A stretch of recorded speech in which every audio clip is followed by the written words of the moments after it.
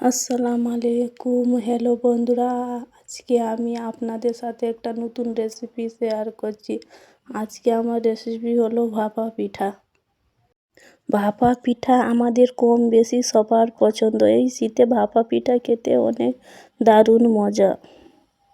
সবচেয়ে সহজ পদ্ধতিতে এই রেসিপিটি শেয়ার করব। চাল নিয়ে নিলাম, চালকে ভালোভাবে ধুয়ে পরিষ্কার করে নেব।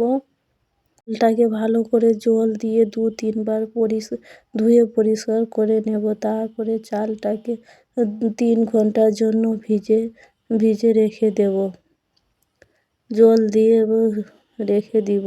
তারপরে 3 ঘন্টার পর আমার চালটা পুরো ভিজা হয়ে গেছে। ওকে ভালো একটা কাপড়ে দিয়ে ভালোভাবে শুকিয়ে নিব।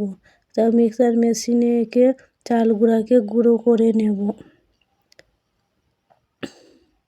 এইভাবে চাল গুঁড়ো করে নেব। ভালো করে মিহিন করে গুঁড়ো করে নিলাম। 3 বার মিক্সচারে দিয়ে চালকে ভালোভাবে গুঁড়ো করে নেব। আবার আমার গুঁড়ো হয়ে গেছে সব চাল। এখানে আমি নারকেল কুড়িয়ে নিলাম।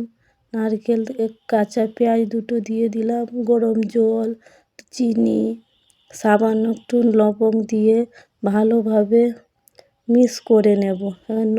নুন দিয়ে দিলাম। তারপরে এর মধ্যে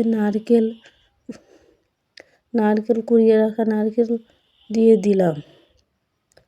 তারপরে এর মধ্যে চিনি একটু দিয়ে, সামান্য চিনি তো দিতে পারো, নাও দিতে পারো। কাঁচা পেঁয়াজ কুচিয়ে রাখা দিয়ে দিলাম। দিয়ে ভালোভাবে একটু জল ছিটকে ভালোভাবে সবকে মিশিয়ে নেব। হ্যালো বন্ধুরা, আজকে আমার ভিডিও যদি ভালো লাগে তোমরা প্লিজ কমেন্ট শেয়ার করে দেবে। একটা শেপ করে নেব। একটা বাটির মধ্যে ভালো করে আমি মালা নিচ্ছি, মালাতে একটি শেপ করে তারপরে পিঠা সবকে ভালোভাবে করে নেব। একটা করে সাজিয়ে নেব। আমার ডিশের মধ্যে ছাঁকনি দিয়ে দিলাম। একটা গ্যাস জ্বালিয়ে তার মধ্যে জল দিয়ে দিলাম। জল যখন দিয়ে তার মধ্যে যত ভাপা পিঠা একটা করে সব বসিয়ে দেব। তা 10-15 মিনিট পর তারপরে আমি একটা ঢাকনার সাহায্যে ঢাকিয়ে দিলাম। সবকে বসিয়ে ভালো করে ঢাকিয়ে দিলাম। 10-15 মিনিট পর আমি খুলে দেখালাম, আমার ভাপা পিঠাটা হয়ে গেছে। খেতে অনেক দারুণ। এই শীতের নতুন ইউটিউব চ্যানেল তোমরা প্লিজ সাবস্ক্রাইব করবে।